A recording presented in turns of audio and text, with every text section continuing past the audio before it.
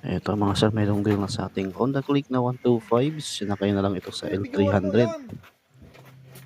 Dahil nakita nung may-ari na may butas daw. Tapos bigla na lang hindi daw ito umandar.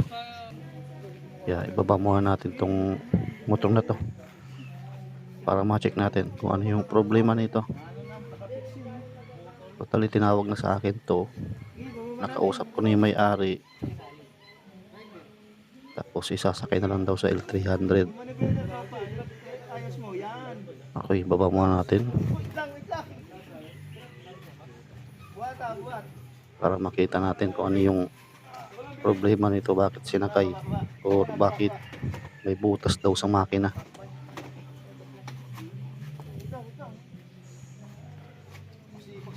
Yan, pinagtulong-tulungan na.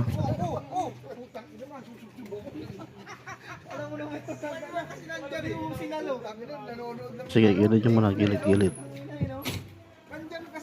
Tapos may pasok natin sa loob.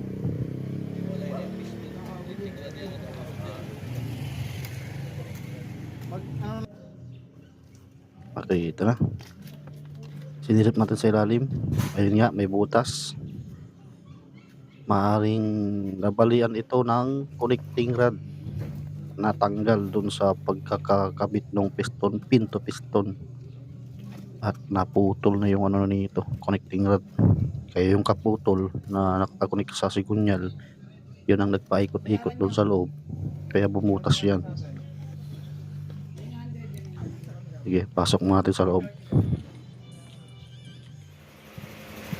Okay, yan, ipasok na natin. At sisimulan na natin itong paghiwalay yung makina sa kanyang chassis.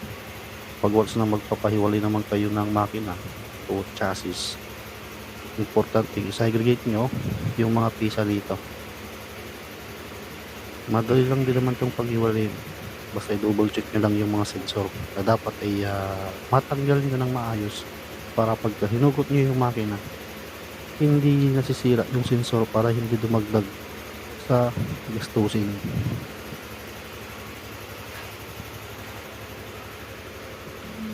Okay, fast forward natin.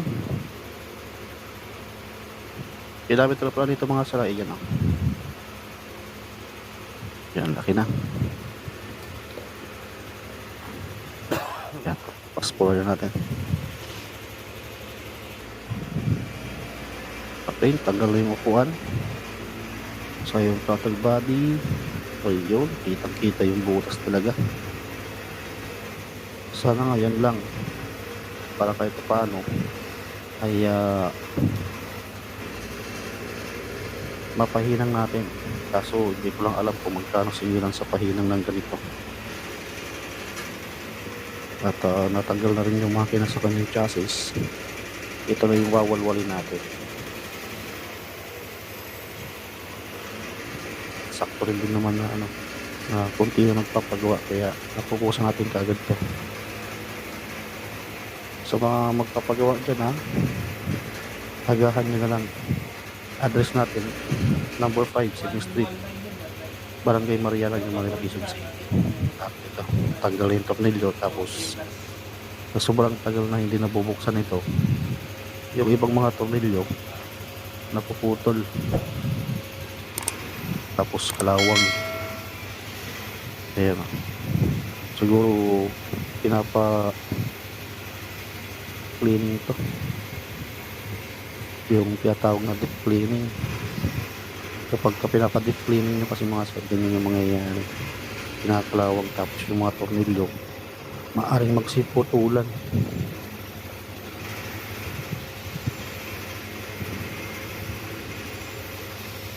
Okay, dali tanggalin natin yung apat na stud na yan. Size 14 yung kanyang size. Sobrang kalawang. May washer na. Dapat walang washer yan.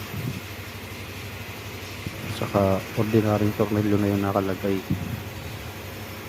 Pati yung mga tornilyo na yan ay ordinary na rin. Hindi na po yung kanyang standard o yung stock na tornilyo. Dahil nabuksan na rin kasi ito mga siya.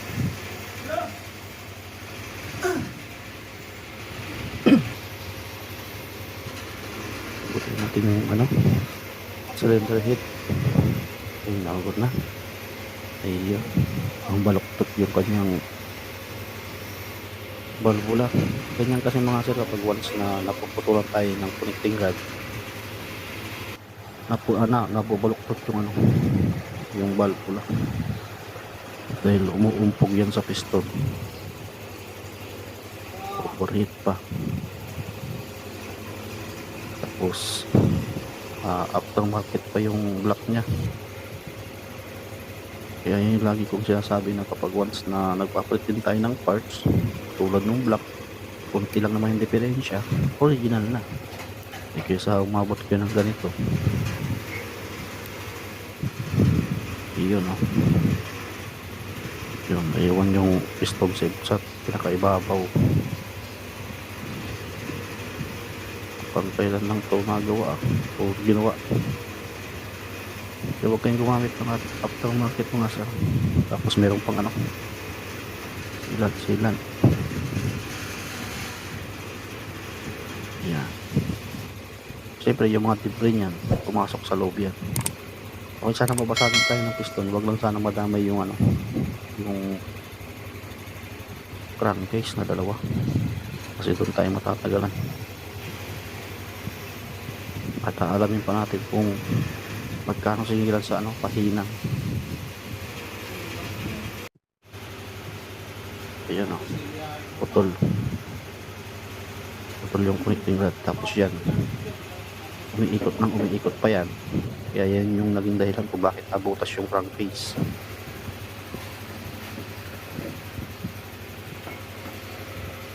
Okay, tapos walwalin natin yung crankcase nya para makita natin. Tanggalin yung mga ano, crankcase bolt. Okay, ayan na. Lahat ng debris na nabasag sa piston ay pasok dyan sa loob. Pati yung piston pin, ayan.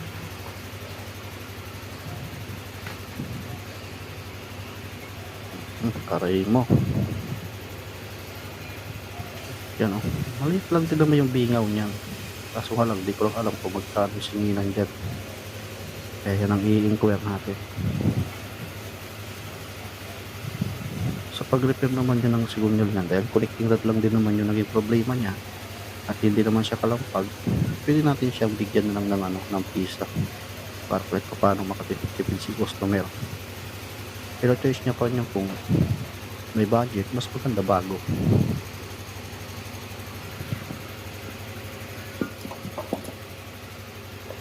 Yan, lambutin ng langis.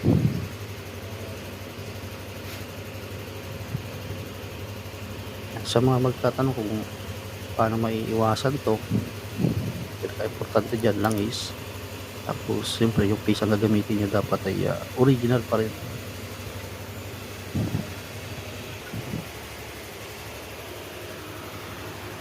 Yung mga pisa nya.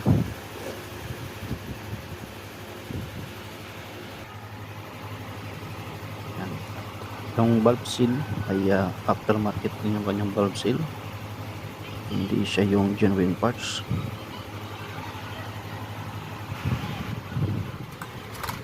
Tapos yung check din natin kung mayroong problema para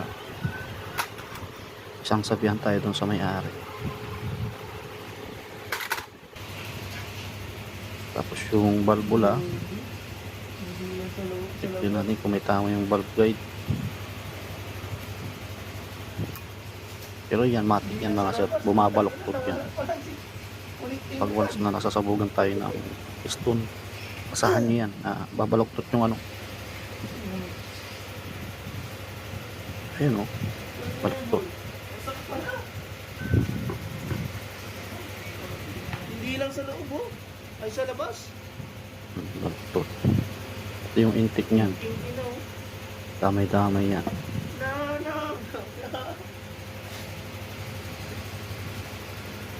Pero kung gumamit ng ano, ang aftermarket, kunti lang din naman difference dun sa original. Pag original lang kayo, at least sureable pa.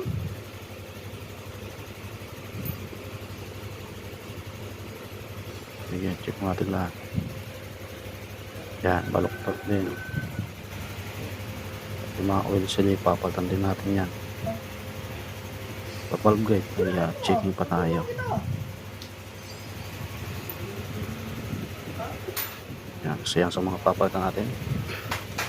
Pero matatagalan tayo dun sa may crankcase.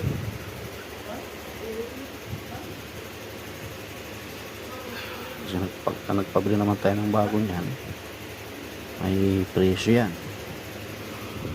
Tapos u-orderin mo pa, gagawa pa ng report.